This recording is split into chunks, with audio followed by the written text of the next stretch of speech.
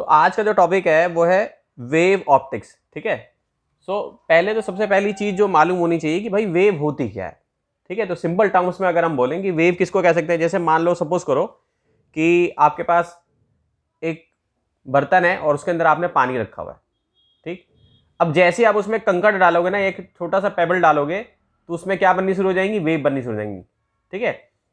तो एक ये एग्जांपल हो गया। दूसरा एग्जांपल क्या हो गया तुम्हारा वेव का, साउंड हो गया। साउंड भी वेव ही है एक तरीके से, लेकिन साउंड को ट्रैवल करने के लिए क्या चाहिए, मीडियम चाहिए। तो वेव बेसिकली दो टाइप्स की होती है जनरली, जो बेसिक जो वेव्स होती है, एक होती है लॉन्गिट्यूडनल, जैसे कि साउंड हो गया तुम्हारा, जिसको कि मीडियम चाहिए। 9th क्लास से पढ़ते आ रहे हो, साउंड जो होती है तुम्हारी लॉन्गिट्यूडनल वेव होती है और उसको मीडियम चाहिए। एक सिंपल सवाल ये होता है कि भाई अगर मान लो हम मून पे चले जाएं तो वहां पे क्या हमें साउंड जो है उतना अच्छा सुनाई देगा जितना अर्थ पे सुनाई दे रहा था साउंड, क्योंकि वहां मीडियम नहीं है, एयर नहीं होगी, तो वहां साउंड सुना, वहां आपको सुनाई नहीं देगा। क्यों? क्योंकि मीडियम चाहिए साउंड के लिए। ठीक है। तो दो टाइप की होती है, एक होता है लॉन्गिट्यूडनल जिसको कि साउंड कहते हैं, दूसरा होता है ट्रांसवर्स वेव। तो ट्रांसवर्स वेव का जो एग्जांपल है, वैसे एक और वेव होती है जिसको मैटर वेव्स भी कहते हैं। ठीक है। मैटर वेव्स भी होती हैं। ठीक है। तीसरी कौन सी तुम्हारी, मैटर वेव्स भी होती है बेटा। ठीक है। ये 11th क्लास में पढ़ा देते हैं, मैटर वेव्स भी बोला जाता है इसको। ठीक है। तो लॉन्गिट्यूडनल हो गई साउंड, ट्रांसवर्स वेव हो गई, जैसे कि जिसका कि एग्जांपल क्या हो गया, लाइट हो गया। तो लाइट एक तरीके की क्या है, एक इलेक्ट्रोमैग्नेटिक वेव है और ट्रांसवर्स वेव है। ठीक है। लाइट को मीडियम चाहिए क्या ट्रैवल करने के लिए बेटा? हाँ सर, नहीं लाइट नहीं, तो मीडियम नहीं चाहिए। हाँ हाँ। तो लाइट एक तरीके से इलेक्ट्रोमैग्नेटिक वेव क्यों है, मैंने चैप्टर जब पढ़ाया था इलेक्ट्रोमैग्नेटिक वेव तो उसमें बताया था कि इलेक्ट्रिक फील्ड का कंपोनेंट यहाँ होता है, मैग्नेटिक फील्ड का कंपोनेंट यहाँ होता है। तो लाइट एक तरीके से एक इलेक्ट्रोमैग्नेटिक वेव भी है। ठीक है। तो सबसे पहले वेव थ्योरी पे कुछ पुराने जो साइंटिस्ट हैं, जैसे क्रिश्चियन हाइगन का नाम बहुत फेमस है क्योंकि इन्होंने ही सबसे पहले वेव थ्योरी ऑफ लाइट दी थी। फिर थॉमस यंग का नाम बहुत फेमस है क्योंकि उन्होंने सबसे पहले स्लिट वाला एक्सपेरिमेंट परफॉर्म किया था। ठीक। तो डच फिजिसिस्ट क्रिश्चियन हाइगन ने सबसे पहले वेव थ्योरी ऑफ लाइट के बारे में, ठीक है, एक थ्योरी बनाई। वैसे पहले भी बहुत सारे लोग सोचते थे, लेकिन एक होता है ना, जैसे कि उस टाइम पे पेपर पब्लिश करते थे लोग, तो इन्होंने मतलब पब्लिश किया अपना पेपर जो है। ठीक है।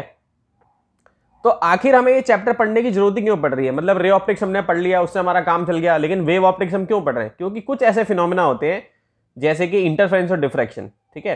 तो मोर के जो पंख चमकते हैं ना बेटा, वो इंटरफेरेंस की वजह से चमकते हैं, यानी कुछ खास तरीके की जो चमक होती है वो इंटरफेरेंस की वजह से हो रही होती है, और कुछ खास तरीके की जो चमक हो रही होती है वो डिफ्रैक्शन की वजह से हो रही होती है। ठीक है।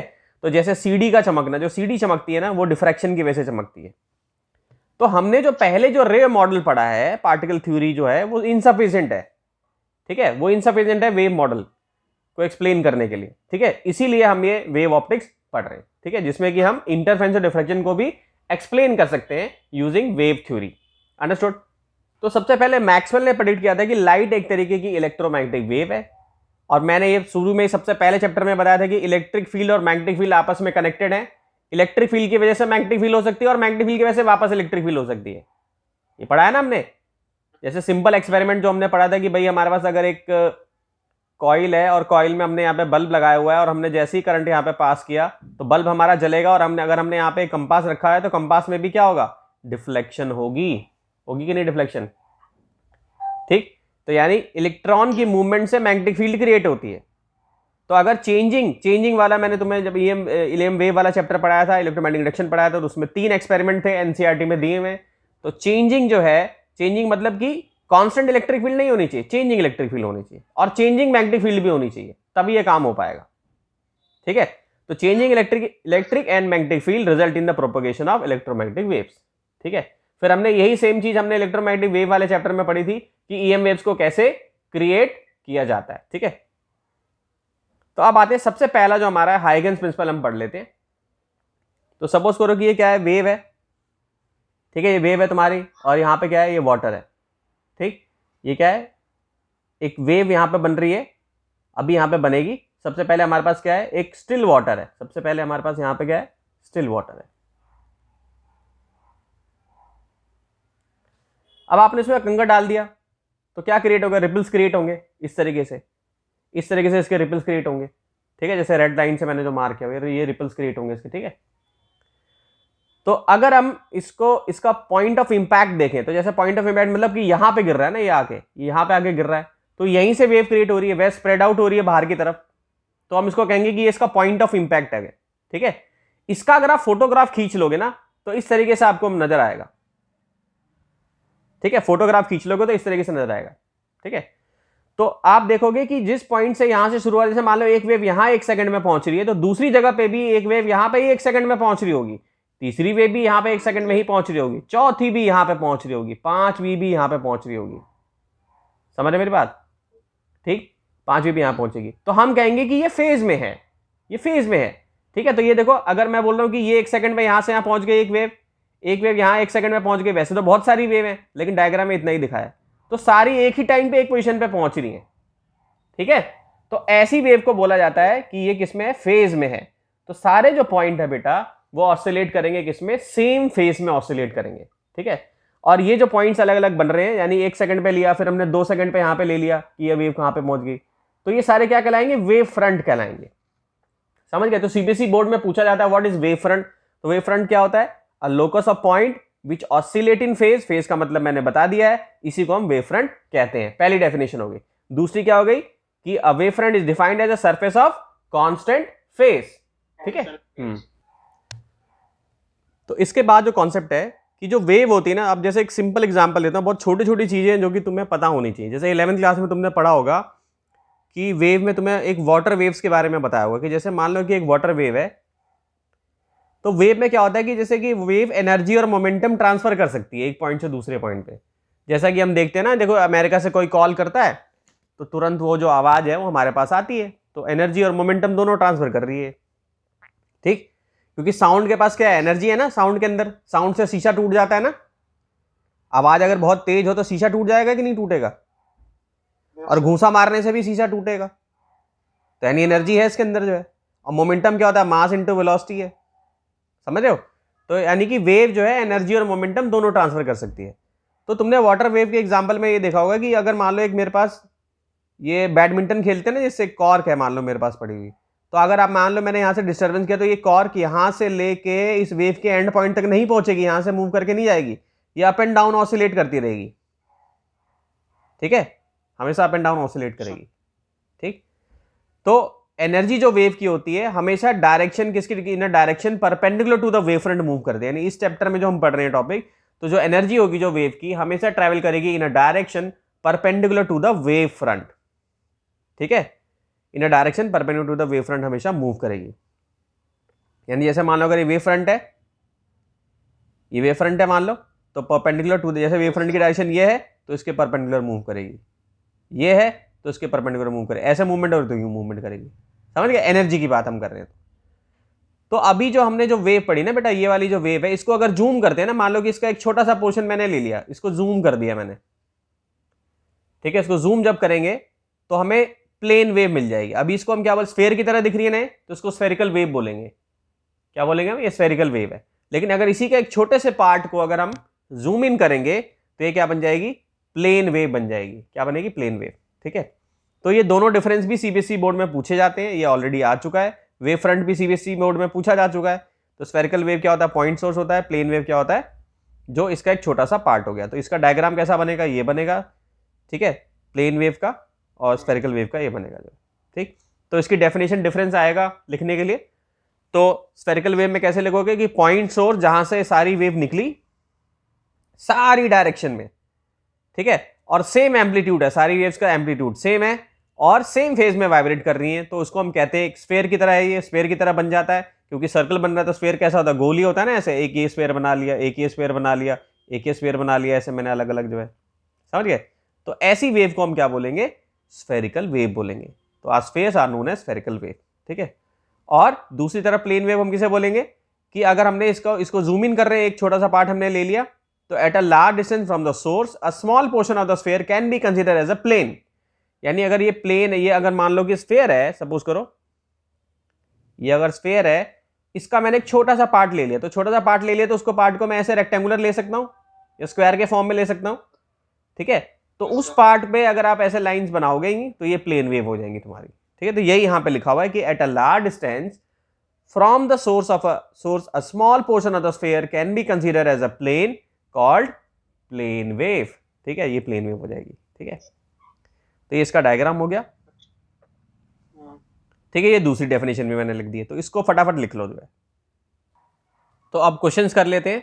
तो देखो ये क्वेश्चन आया हुआ है, what type of wave front, ये सीबीसी बोर्ड में आया 2009 में आया है क्वेश्चन ये, what type of wave front will emerge from a point source and distant light source. तो पॉइंट सोर्स का क्या हो जाएगा, ये वाला बना दोगे, और डिस्टेंट लाइट सोर्स में क्या बनाओगे, ये बना दोगे जो ये वाला, at a large distance from the source of small portion of circle wave, तो ये प्लेन वेव आ जाएगा तुम्हारा, ठीक है। At a large distance from the source of a small portion of the spherical wave can be approximated a plane wave. तो इसमें क्या हो जाएगा तुम्हारा, प्लेन वेव हो जाएगा, डिस्टेंट लाइट सोर्स में ये प्लेन वेव आ जाएगा, ठीक है। पॉइंट सोर्स में क्या आ जाएगा, ये वाला आ जाएगा, लोकस ऑफ पॉइंट वाइब्रेटिंग, ठीक है, ये हो जाएगा तुम्हारा, यानी स्फेरिकल वेव इसके लिए हो जाएगा, प्लेन वेव इसके लिए हो जाएगा। क्लियर है। चलो अब आते हैं हाइगन्स प्रिंसिपल पे आ जाते हैं।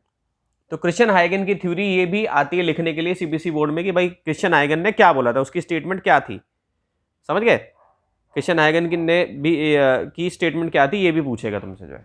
तो अगर आप शेप जानते हो वेव फ्रंट, अगर आप मान लो सपोज करो कि वेव फ्रंट की शेप जानते हो, सपोज करो, मतलब अगर आप पहली वेव जानते हो तो वो दूसरी वेव, पहली वेव अगर तुम्हें पता है तो दूसरी वेव भी बना सकते हो, दूसरी पता है तो तीसरी बना सकते हो, ठीक है। एक बार इसको लिख लो पहले। तो मान लो कि t इक्वल टू 0 पे यहां से स्टार्ट हो रही है वेव, ये पॉइंट ऑफ इंपैक्ट है, यहां से स्टार्ट हुई t की वैल्यू 0 पे, अब ये t इक्वल वैल्यू t पे यहां पे पहुंच गई वेव। तो हाइगेंस ने ये बोला था कि अगर मुझे ये चीज आप बता दो ना स्टार्टिंग वाला, तो मैं अगली वेव की प्रिडिक्शन कर दूंगा। तो ये हमें डिटरमाइन करता है कि जो शेप होगा वेव फ्रंट का वो क्या होगा, t इक्वल टू टॉप पे, जैसे यानी यहां से अगर शुरू हो रहा है तो ये हम यहां पे बता सकते हैं, फिर इसका अगला भी बता सकते हैं इस तरीके से जोड़ के जो है, ठीक है। तो क्वेश्चन ए अभी तक सीबीसी बोर्ड में आया नहीं है, एनसीईआरटी में ही है कि हाइगेंस ज्योमेट्रिकल कंस्ट्रक्शन बताना for a plane wave propagating to the right, ठीक है, प्रोपगेटिंग टू द राइट। तो टी की वैल्यू तुम्हारी यहाँ पे 0 है, टी की वैल्यू टॉ है, तो ये देखो ये बना दिया मैंने, ठीक। तो इस तरीके से देखो वेव फ्रंट बन जाएगी। तो अब इसमें देखो वेव फ्रंट क्या है, ये F1 F2 क्या है तुम्हारी, ये जो पॉइंट्स हैं ये वेव फ्रंट है तुम्हारे, ये F2 और F1 F2 क्या है, ये वेव फ्रंट है, समझ गए। ये F1 हो गया, ये तुम्हारा F1 हो गया, ये F2 हो गया, वेव फ्रंट है। इसी तरीके से अगली भी वेव फ्रंट है तुम्हारे पास, समझ गए, ये अगली भी वेव फ्रंट होगी तुम्हारी। तो ये हाइगेंस का पूरा ये डायग्राम बनाने के लिए आता है और लिखने के लिए आता है, ये पूरा ये बोर्ड में कई बार पूछा गया, स्टेट हाइगेंस प्रिंसिपल जो है, या डायग्राम बनाने को आएगा तो इसको पूरा प्रॉपरली लिख लो आप, ठीक है। ये अभी तक नहीं आया, हो सकता है सीबीसी में पूछता कभी भी इस साल ही आ जाए। तो एक आपको डेफिनेशन आएगी, जैसे 2011 कंपार्टमेंट आएगी, state Huygens principle of diffraction of light. तो ये वर्ड अभी मैंने आपको नहीं बताया, बस मैंने इंट्रोडक्शन दिया था। तो डिफ्रैक्शन क्या है कि हाइगेंस प्रिंसिपल का यूज किया गया है डिफ्रैक्शन ऑफ लाइट, यानी डिफ्रैक्शन थ्योरी को एक्सप्लेन करने के लिए हाइगेंस प्रिंसिपल का यूज किया गया है। तो अगर ये ना भी दे तो भी आपको लिखना है, अगर ये दे दे तो भी आपको हाइगेंस प्रिंसिपल ही लिखना है दोनों में, ठीक है। तो हर एक पॉइंट जो वेव फ्रंट का है, ठीक है, इसकी डेफिनेशन कैसे लिखोगे, जो मैंने यहां समझाया है वही डेफिनेशन में यहां पे लिखना है कि हर एक पॉइंट जो है वेव फ्रंट का वो एक सोर्स बनेगा सेकेंडरी डिस्टर्बेंस का। क्या बनेगा, एक सोर्स बनेगा सेकेंडरी डिस्टर्बेंस का, और जो वेवलेट्स हैं जो इमेनेट हो रही हैं फ्रॉम दिस पॉइंट, वो सारी दिशाओं में इमेनेट होंगी, मतलब स्प्रेड होंगी with the speed of the wave, ठीक है। और ये जो वेवलेट्स हैं जो इमेनेट हो रही है वेव फ्रंट से are usually referred as secondary wavelets, ठीक है। और अगर हम यहां पे टेंजेंट ड्रॉ कर लें, ठीक है, and if you draw common tangent to all these spheres we obtain the new position of the wave front, ठीक है, एट अ लेटर टाइम। यानी कि अगर मान लो सपोज करो हमारी ये पहली वेव थी, सपोज करो ये हमारी पहली वेव होगी, तो आपको क्या करना है, यहां पे एक टेंजेंट ड्रॉ करना है, ये हमारी ये हम ऐसे एक सर्कल टाइप का बन जाएगा, देखो बन रहा है सर्कल टाइप एक पूरा। तो ये एक टेंजेंट ड्रॉ कर दिया आपने, हर जगह ड्रॉ कर दो आप, तो आपको पूरी वेव पता चल जाएगी। ये क्या है तुम्हारी, ये वाली जो पोर्शन है ये क्या है, ये तुम्हारे वेवलेट्स हैं, यानी F1 F2 क्या है तुम्हारे, ये क्या है, वेवलेट्स है, ठीक है।